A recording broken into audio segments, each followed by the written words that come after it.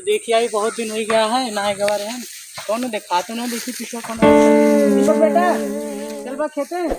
आवा चला बैठा तो चली खेती घुमाए लाइते हैं बहुत दिन हो गया ना गवा है चला देखे खेत का बुआ बा साइकिलियो ना चलती है हो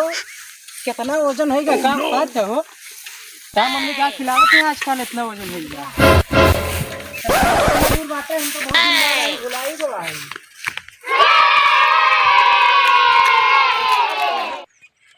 साथ बार हो खतो यही कहूं बा लेकिन हो उतरा तो साइकिल में फिर ना चला पाई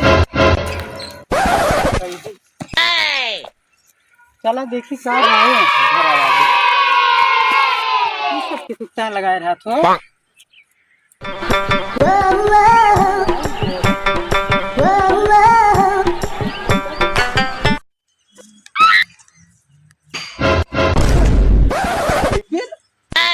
यार चली लेके भाग कहानी यार तो जुगाड़ हो गया हां लेके भाग चली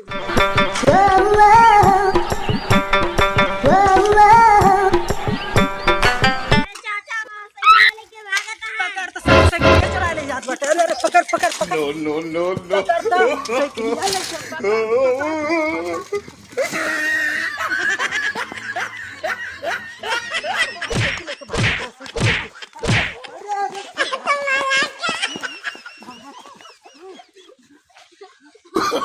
no no no no